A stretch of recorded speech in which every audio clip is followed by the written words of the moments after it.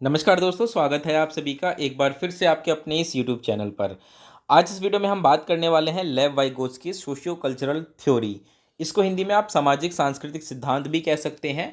Basically ये जो theory है ये बताती है कि बच्चे का जो कॉग्निटिव डेवलपमेंट है वो कैसे होता है। तो आप इसको ये भी कह सकते हैं कि एक तरीके से लेव वाइगोत्स्की की कॉग्निटिव डेवलपमेंट थ्योरी है, क्योंकि जब हम इस थ्योरी को पढ़ेंगे तब हमें समझ में आएगा कि कैसे लेव वाइगोत्स्की ने जो सोसाइटी होती है उसके इम्पोर्टेंस को बताया था कि बच्चा कैसे अपना कॉग्निटिव डेवलपमेंट सोशल इंटरेक्शन के थ्रू करता है। इसीलिए कुछ लोग इसको सोशियो कल्चरल थ्योरी भी कहते हैं। तो इससे पहले हमने लास्ट लेक्चर में क्या डिस्कस किया था एक बार वो देख लेते हैं। जैसा कि हमने बात की थी लास्ट वाले लेक्चर में Brunner's theory of cognitive development. हमने जो बेसिकली तीन मोड्स बताए थे ब्रूनर ने, इनएक्टिव, आइकॉनिक एंड सिंबॉलिक, ये तीन जो मोड्स बताए थे वो हमने डिस्कस किए थे। साथ के साथ हमने जो एक एक्सपेरिमेंट किया था ब्रूनर ने बच्चों के ऊपर, जिसमें कि उन्होंने 3x3 का एक मैट्रिक्स लिया था, उस एक्सपेरिमेंट को भी समझा था। और जो किस प्रकार से बच्चा कॉग्निटिव डेवलपमेंट अपना करता है, अपने आप को एक्सप्रेस करता है, इस दुनिया के साथ एडजस्ट करता है, ये सारी चीज़ें हमने लास्ट लेक्चर में समझी थी।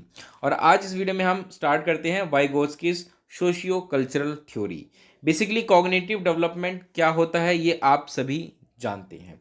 वाइगोस्की जो थे उनका मानना था कि बच्चे का जो कॉग्निटिव डेवलपमेंट है वो बेसिकली बच्चे का जो कल्चर होता है, जो उसका सोशल फैक्टर्स है, उसके द्वारा इन्फ्लुएंस्ड होता है। यानी कि बच्चा ऐसा नहीं है कि अपने आप चीज़ों को सीखेगा, जो सोसाइटी उसको सिखा रही है, उसके जो आसपास के जो सोशल एजेंट्स हैं, लाइक उसकी family, friends, peers, neighbours, relatives, ये सारे बहुत इंपॉर्टेंट रोल प्ले करते हैं बच्चे के कॉग्निटिव डेवलपमेंट में। कैसे, अभी हम डिटेल में डिस्कस करेंगे। कुछ इंपॉर्टेंट कंसेप्ट जैसा कि दिया था वाइगोस्की ने, फॉर एग्जांपल MKO, यानी कि मोर नॉलेजेबल अदर, ये हम डिटेल में भी डिस्कस करने वाले हैं थोड़ी देर में। उसके अलावा स्कैफोल्डिंग क्या होती है, ये सब चीज़ें उन्होंने इसी सोशल फैक्टर्स को ध्यान में रख के बताई थी। तो अभी हम डिटेल में डिस्कस करेंगे, लेकिन आप इतना समझिए कि वाइगोस्की ने बेसिकली जो सोशल फैक्टर्स है उसको इम्पोर्टेंस दिया था। वाइगोस्की ने कहा था कि बच्चा सोशल इंटरेक्शन के थ्रू सीखता है। सोशल इंटरेक्शन बहुत इंपॉर्टेंट है बच्चे के लिए, ये वाइगोस्की ने कहा था। अगर आपको ध्यान हो पियाजे की थ्योरी, अगर आप जब मैंने पढ़ा जो मैंने लास्ट लेक्चर में बात की थी, उसमें हमने देखा था कि पियाजे जो है ना वो सोसाइटी को इतना ज़्यादा इंपॉर्टेंस नहीं देते जहाँ जितना वाइगोस्की देते हैं।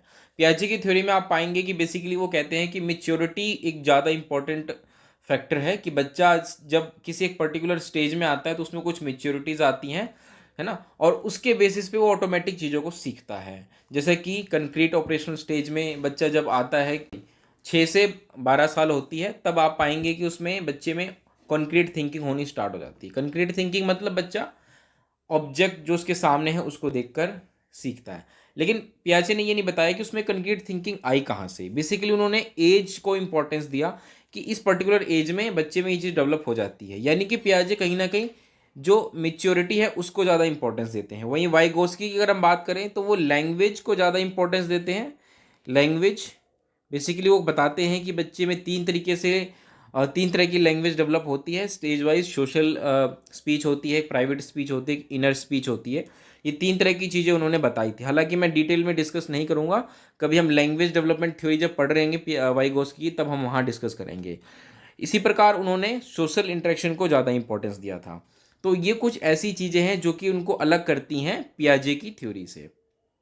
उन्होंने बेसिकली बात की थी कि बच्चा जो है ना सोशल इंटरेक्शन, स्पीच, रीजनिंग, इन पर ज़्यादा इम्पोर्टेंस देते हैं वाइगोस्की, कि बच्चा की कॉग्निटिव डेवलपमेंट की जब हम बात करते हैं तो इन चीज़ों पे ध्यान देने की ज़्यादा ज़रूरत है। आगे बढ़ें तो कुछ इंपॉर्टेंट कंसेप्ट्स को हम डिस्कस करते हैं। For example zone of proximal development, जिसको ZPD कहते हैं।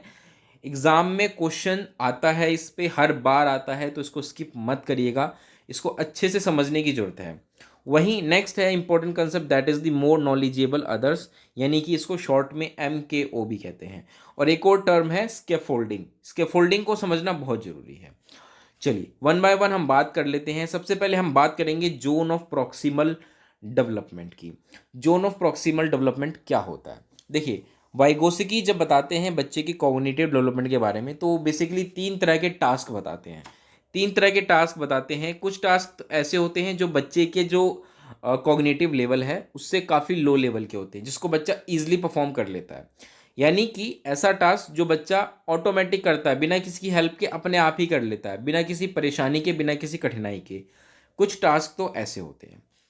कुछ टास्क होते हैं जो कि बहुत ही मुश्किल होते हैं, इतने ज़्यादा मुश्किल होते हैं कि बच्चे की एबिलिटी के बियॉन्ड होते हैं। मतलब बच्चा उसको कर ही नहीं पाएगा, चाहे उसके बड़े लोग उसकी हेल्प करें तब भी वो उस काम को नहीं कर सकता। ये इतने डिफ़िकल्ट टास्क होते हैं, ठीक है। उसके बाद बीच में आता है इनके कुछ ऐसे टास्क जो बच्चा खुद से तो नहीं कर सकता, लेकिन अगर कोई उससे बड़ा समझदार व्यक्ति उसकी मदद करे, उसको समझाए, गाइड करे, तो शायद वो उस काम को कर ले। तो बेसिकली 3 तरह के टास्क वाइगोस्की ने बताए हैं और इन्हीं टास्क को ज़ोनो प्रॉक्सिमल डेवलपमेंट में रखा गया है। कौन से टास्क है ज़ोनो प्रॉक्सिमल डेवलपमेंट में, मैं आपको बताता हूँ। देखिए, जो पहला टास्क मैंने बताया, what the student can do. एक मिनट रुकिए ज़रा। What the student can do मतलब ऐसे सभी टास्क जो कि बच्चा कर सकता है, वो इस येलो ये ऑरेंज कलर के सर्कल में आपको दिख रहे होंगे। ये जो आपको एरिया दिख रहा है ना, बेसिकली ये वो टास्क हैं जो कि बच्चा कर सकता है। वहीं दूसरी तरफ अगर मैं बात करूं, ऐसे टास्क जो बच्चा नहीं कर सकता, what the student can't do, कितनी भी कोशिश कर लीजिए, कोई उसकी बड़ी हेल्प कर रहा है, उसको गाइडेंस दे रहा है, प्रॉपर सारी चीज़ें कर रहा है, लेकिन बच्चा तब भी वो काम नहीं कर सकता। तो ऐसे सभी काम आ जाएंगे इस ब्लू वाले एरियाज में, ठीक है। और वहीं इन दोनों के बीच में एक एरिया ऐसा है टास्क का जो कि बच्चा खुद से तो नहीं कर सकता, लेकिन अगर कोई उसकी हेल्प करे तो बच्चा उसको ईजिली कर लेगा। तो जेडपीडी में बेसिकली वो सारे टास्क आते हैं। जेडपीडी यानी कि जोन ऑफ प्रॉक्सिमल डेवलपमेंट, वो सभी रेंज ऑफ टास्क है जिसमें कि बच्चा खुद से उस टास्क को नहीं कर पाता, लेकिन अगर कोई बड़े उसकी मदद करते हैं तो बच्चा उस टास्क को करता है। अब ध्यान से समझने की कोशिश करिए कि कॉग्निटिव डेवलपमेंट बच्चे का कैसे होता है। अब मान के चलिए ऐसे सभी टास्क जो बच्चा ईजिली कर लेता है, उसको कोई प्रॉब्लम ही नहीं आती, तो क्या वहाँ कोई लर्निंग होगी बच्चे की? ऑफ कोर्स नहीं होगी, क्योंकि बच्चा ये टास्क तो कर ही ले रहा है, उसको किसी की हेल्प की जरूरत नहीं है, उसको ऑलरेडी ये चीज़ें आती हैं, है ना। तो इसका मतलब बच्चे को वहाँ पे कोई दिक्कत नहीं है, बच्चा वो काम कर लेगा। बच्चे का कॉग्निटिव डेवलपमेंट कब होगा? जब बच्चा ऐसे काम करे जिसको उसको प्रॉब्लम आए करने में। वो कोशिश कर रहा है, करना चाहता है, लेकिन वो नहीं कर पा रहा, उसको दिक्कत आ रही है क्योंकि थोड़ा सा टास्क डिफ़िकल्ट है। वहीं जब बड़े लोग उसकी हेल्प करते हैं, उसकी मदद करते हैं, तो बच्चा उस टास्क को कर लेता है। तो यहाँ पे बच्चे का कॉग्निटिव डेवलपमेंट तभी तो बढ़ेगा, बच्चे का कॉग्निटिव विकास तभी तो होगा जब बच्चा कुछ सीखेगा। और बच्चा शायद इसी तरह के टास्क को सीख पाएगा जहाँ पे उसको थोड़ी सी डिफ़िकल्टी फेस करनी पड़ रही है, कुछ प्रॉब्लम्स आ रही है। अगर मान के चलिए बच्चा ऐसा टास्क कर रहा है जो कि किसी बड़े ही व्यक्ति की मदद से भी बच्चा नहीं सीख पा रहा, तो इसका मतलब ये है कि बच्चे में अभी वो मेच्योरिटी नहीं आई है। आप कितनी भी कोशिश करिए, बच्चा उस टास्क को नहीं कर पाएगा। और फिर भी ज़बरदस्ती आप उसको कहेंगे कि नहीं करो करो, तो ऐसे में बच्चे में गिल्ट फीलिंग आ जाती है। तो ऐसे में क्या होगा कि बच्चे को आप कितना भी एफर्ट डालिए, बच्चा उस टास्क को नहीं कर पाएगा, और इस केस में भी लर्निंग नहीं होगी, बच्चे का कॉग्निटिव डेवलपमेंट यहाँ नहीं होगा। इसीलिए वाइगोस्की ने जेडपीडी पे ज़्यादा फोकस किया था कि हमें बच्चे के को ऐसे टास्क देने चाहिए जो बच्चा खुद से तो शायद नहीं कर पाएगा, उसके लिए डिफ़िकल्ट है, लेकिन अगर टीचर, पेरेंट्स, उससे उसके साथ का कोई बड़ा व्यक्ति, समझदार व्यक्ति उसकी अगर मदद करे, उसको गाइड करे प्रॉपर, तो बच्चा उस टास्क को कर ले, क्योंकि बेसिकली लर्निंग वहीं पर हो रही है और कॉग्निटिव डेवलपमेंट वहीं होगा। यहाँ पर आप एक चीज़ और फोकस करिए, इसको दूसरे पॉइंट ऑफ व्यू से भी समझने की कोशिश करिए कि बेसिकली यहाँ पे बच्चा सोशल इंटरेक्शन के थ्रू ही सीख रहा है, क्योंकि यहाँ पे बच्चा टास्क को खुद से कर रहा है तो हो नहीं पा रहा, बच्चे को दिक्कत आ रही है। और बच्चे को यहाँ पे किसकी ज़रूरत पड़ती है? किसी बड़े व्यक्ति की। वो उसके टीचर हो सकते हैं, उसके पेरेंट्स हो सकते हैं, कोई भी हो सकता है। तो ऐसे लोग जब उसकी मदद कर रहे हैं तो एक तरीके से बच्चा सोशल इंटरेक्शन ही तो कर रहा है। इसीलिए वाइगोस्की सोशल इंटरेक्शन को ज़्यादा इंपॉर्टेंस देते हैं, पहली चीज़। दूसरी चीज़, वाइगोस्की लैंग्वेज को भी बहुत ज़्यादा इंपॉर्टेंस देते हैं। बेसिकली पियाजे कहते हैं कि लैंग्वेज भी एक तरीके से सोशल इंटरेक्शन के थ्रू ही बच्चा सीखता है। वो तो कहते हैं कि लैंग्वेज स्टार्टिंग में बच्चे की थॉट और बच्चे की जो लैंग्वेज है वो अलग अलग होती है। कुछ समय बाद जब बच्चा बड़ा होता है तो थॉट और लैंग्वेज आपस में मर्ज हो जाती है। ये वाइगोस्की का कहना है। तो इस प्रकार से आप पाएंगे कि जोन ऑफ प्रॉक्सिमल डेवलपमेंट बहुत इंपॉर्टेंट है। मैंने कोशिश की आपको बड़े ही साधारण शब्दों में समझाने की, उम्मीद करता हूँ कि आप समझ पाए होंगे। नेक्स्ट है मोर नॉलेजेबल अदर्स। अब जैसा कि अभी मैंने बात की आपसे जेडपीडी के बारे में, जिसमें कि मैंने आपको बताया कि कैसे कुछ टास्क होते हैं जिसको करने के लिए बच्चे को किसी समझदार बड़े व्यक्ति की ज़रूरत पड़ती है। अब वो कौन हो सकते हैं? वो जैसा कि हमने गैस किया कि वो टीचर हो सकते हैं जो उस बच्चे की हेल्प करेंगे, वो पेरेंट्स हो सकते हैं जो बच्चे की हेल्प करेंगे, वो उसके पीयर ग्रुप्स के मेंबर्स भी हो सकते हैं जो उसके कंपैरिजन में ज़्यादा बड़े हैं, समझदार हैं, वो भी हो सकते हैं, वो कोई नेबर हो सकता है, कोई दूसरा ऐसा व्यक्ति हो सकता है। तो ऐसे सभी व्यक्ति जो बच्चे की हेल्प करते हैं उस टास्क को परफॉर्म करने में जिसमें बच्चे को डिफ़िकल्टी आ रही है, तो वो सभी व्यक्ति क्या कहलाते हैं? More knowledgeable others. Basically more knowledgeable others उन सभी लोगों को कहा जाता है जो बच्चे की हेल्प करते हैं। Vygotsky defined the more knowledgeable other as anyone who has a better understanding of a higher ability level than the learner, particularly in regards to a specific task, concepts or process. तो इसी बात को मैंने simple शब्दों में आपको समझाया कि मोर नॉलेजेबल अदर्स का मतलब ऐसे सभी व्यक्ति जो बच्चे की हेल्प करते हैं ऐसे टास्क को परफॉर्म करने में जिसमें बच्चे को डिफ़िकल्टी आ रही है। वहीं हम जैसा कि मैंने अभी आपको बताया कि वाइगोस्की का मानना है कि social interaction between a more knowledgeable other and the learner was critical, कि कैसा सोशल इंटरेक्शन हो रहा है M K O and learners, learner यानी कि चाइल्ड की बात हो रही है, इनके बीच में कैसा इंटरेक्शन हो रहा है ये बहुत मायने रखता है।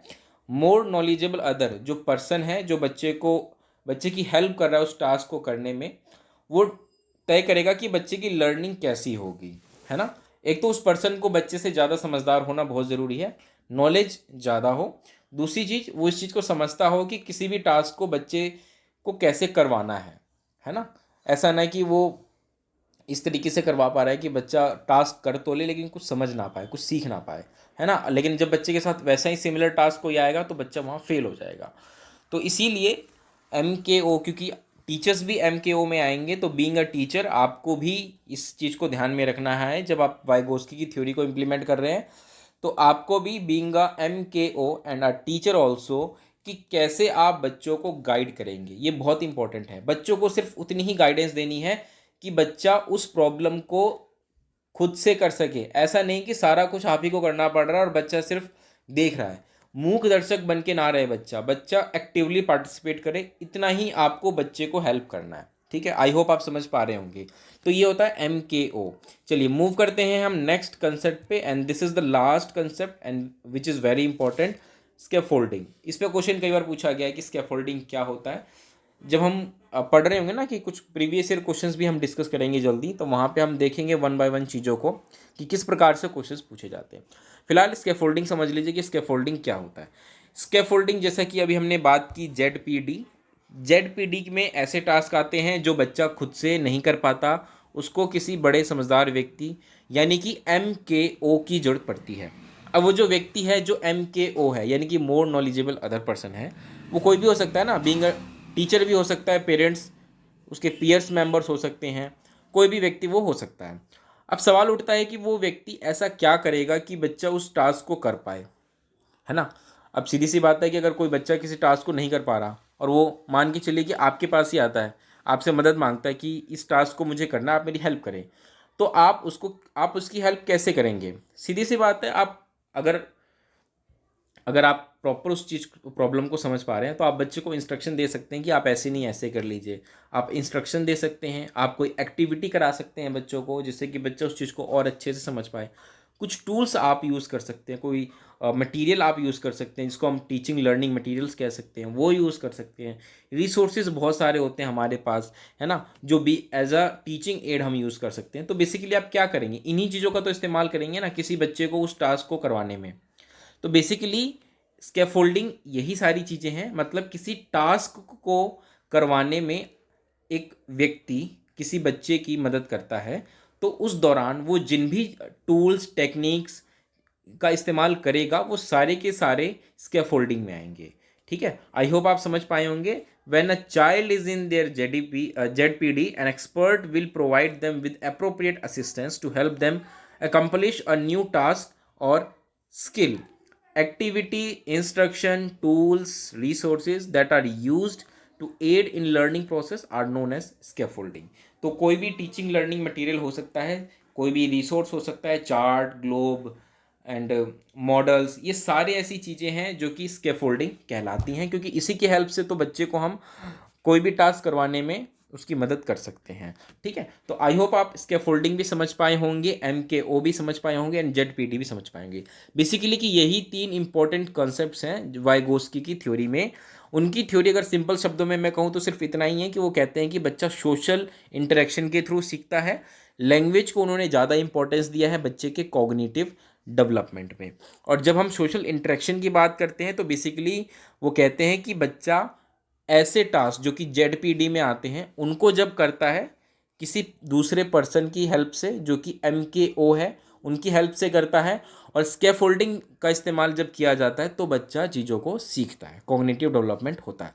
तो इस वीडियो में इतना ही रखते हैं दोस्तों। आई होप आप समझ पाए होंगे वाइगोस्की की थ्योरी कोई ज़्यादा डिफिकल्ट नहीं है, ज़्यादा कॉम्प्लेक्स भी नहीं है, सिंपल है। कुछ टेक्निकल टर्म्स हैं जो कि मैंने आपको समझा दिए, इसके अलावा इसमें और कुछ नहीं है, ज़्यादा आपको इसके बियॉन्ड पढ़ने की भी ज़रूरत नहीं है। एग्जाम पॉइंट ऑफ व्यू से इतना काफ़ी है। उम्मीद करता हूँ वीडियो आपको पसंद आई होगी और जो मैं समझा पाया हूँ मैं सक्सेसफुल रहा हूँगा, ऐसी ऐसी मुझे उम्मीद है। तो इस वीडियो में इतना ही रखते हैं। वीडियो पसंद आई हो तो ज़रूर लाइक करिएगा, चैनल पर नए हैं, पहली बार मेरी वीडियो देख रहे हैं तो चैनल को सब्सक्राइब करके जाइएगा। मिलेंगे अगली वीडियो में दोस्तों, तब तक के लिए नमस्कार, धन्यवाद।